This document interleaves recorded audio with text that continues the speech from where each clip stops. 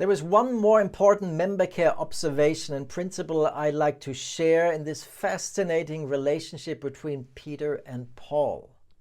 I went up again to Jerusalem, this time with Barnabas. I took Titus along also. I went in response to a revelation and meeting privately with those esteemed as leaders. I presented them the gospel that I preach among the Gentiles. A few verses later, when Cephas came to Antioch, he used to eat with the Gentiles and he lived like a Gentile. This is a summary here of Galatians 2. Paul went up to Jerusalem to meet with the church leaders to share what God was doing through his ministry in Antioch and other places. So today we would call this sharing in church. Sharing what God is doing in your ministry, wherever you do ministry. The church receives you and the church leaders talk to you, receive you, and they listen to what you have to say. And now, as the scripture continues, Peter goes and visits Paul on the field. In Galatians 11-14, it's like a field visit by a church leader. So Paul came and gave a report. And now I need to see with my own eyes if what you were reporting is correct and what is God doing where you minister. That's really the member care lesson number 1 here for the sending church. Visit your workers. Get someone from your church to visit your workers. See with your own eyes like what Peter did here. Not just affirm, commission and send them, but visit them. So chronologically here in our case, between Paul and Peter, actually Peter visited Paul first and later affirmed and commissioned Paul. But the order actually doesn't really matter. It's the get missionaries to share in your church and then visit them on the field. That's the point I want to make today. Mission work is a partnership, a cooperation between church and missionaries and their mission project. The second member care lesson today has to do with the attitude of learning, cultural learning.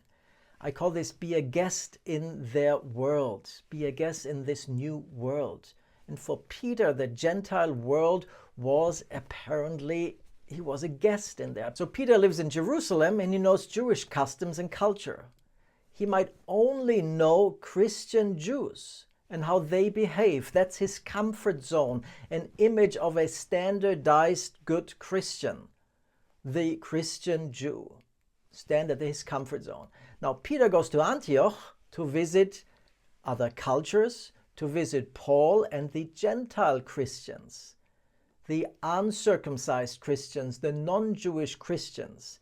Peter moves out of his comfort zone and confronts himself with Christians who don't fit the standardized Christian Jew. It's a stretch for him. It's a move out of the comfort zone. And as you read Galatians 2, it's like Peter saying, I had a great time with Paul. I was eating with my Gentile brothers, sharing meals and fellowship, and it felt right, and it actually was amazing. and I know the story continues here, but I want to stop here just for the sake of focusing on this part here. When doing field visits, immerse yourself in the culture, even when you visit. Get to know your missionaries and the people they serve and minister to. What an amazing learning for all parties involved. I once had a field visit from a mission pastor, and she came to every meeting I had, talked to all of my staff and my students, joined our teaching and seminars and trips, and she was busy every day, immersed in the culture, learning what it means for me to be a missionary in China and what it means for my staff and students to work with me. She moved out of her comfort zone there, but she intentionally immersed herself in that. And all of those experiences and impressions, she took back home to her home church, presented it to her home church. Peter here actually did the same. He went back to Jerusalem and shared what he saw, serving as senders.